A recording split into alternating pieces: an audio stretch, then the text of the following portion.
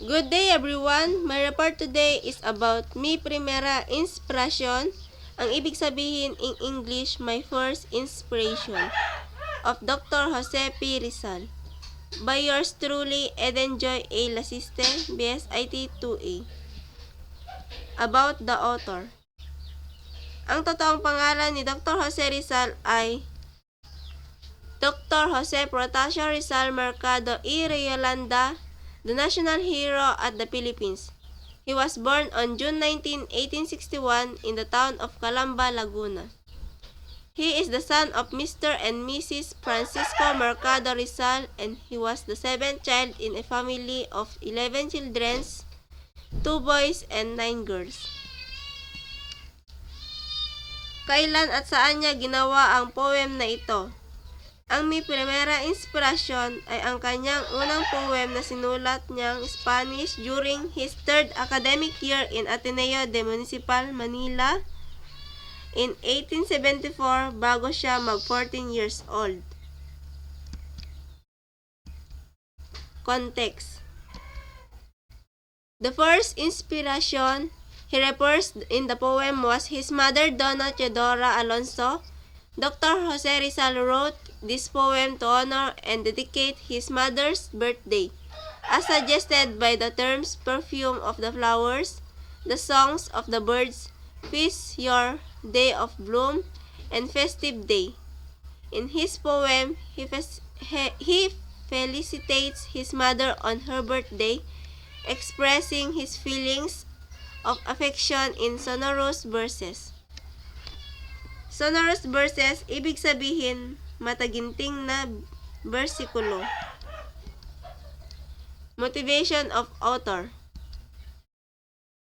Jose Rizal's poetic verses show his eternal love and appreciation for his mother. This is for his way of paying tribute to all the efforts for him of her dear mother.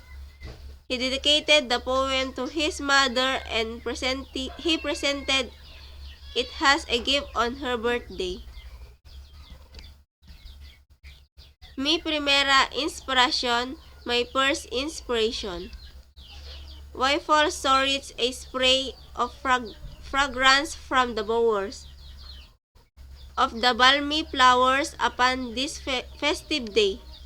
Way from woods and vales do we hear sweet measures ringing that seem to be the singing of a choir of nightingales?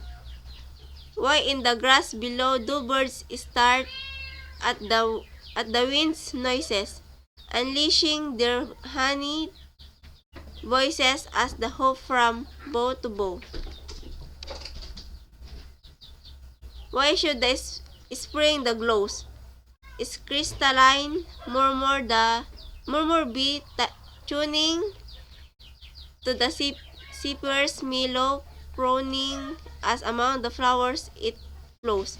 Why seems to me more endearing, more fair than on other days, the down enchanting face among red clouds appearing? The reason, dear mother, is my feast your day of bloom. The rose with its perfume, the birds with its harmonies, and the spring the rings with laughter upon this joyful day with its murmur seems to say, live happily ever after. And from the spring in the grove now turn to hear the first note that from my lute I emote to the impulse of my love. The first 4 stanza is neatly tied together, giving us a sense of the festivity of a beautiful spring day in nature. The poem could be complete at this point. It would be a sweet little nature poem, a song. But the poem moves in a different direction on the next half of the poem, where he talks about his mother wishing her having a beautiful day. The nature is one with them celebrating her day. Content of the literature. Mi primera inspiracion by Rizal is about the love between a mother and a child.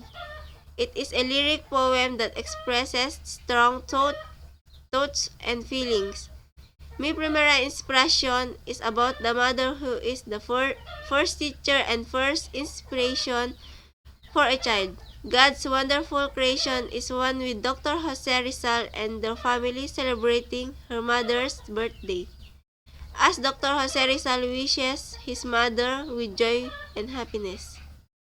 The poem Mi Primera Inspiracion is about how nature is beautiful, that is a really good time to celebrate, and that he was already inspired to write again.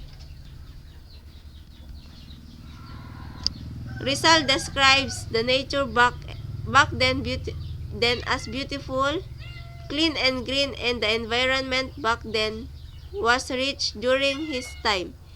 It's really a good time to celebrate because her mother was freed in prison, and that the return of our loved one is very important. He was inspired to write again because inspirations comes from very significant things, especially people who are important into our lives. To integrate this into our lives, we need to learn how to value God's wonderful creation just like the nature, and we need to learn how to appreciate things around us. And to our family, we need to honor them. We need to value them and let our parents be a role model and an inspiration to our life. Message. Inspiration comes from very significant things, especially people on your life. Next, learn to value and appreciate God's wonderful creation. Thank you for listening.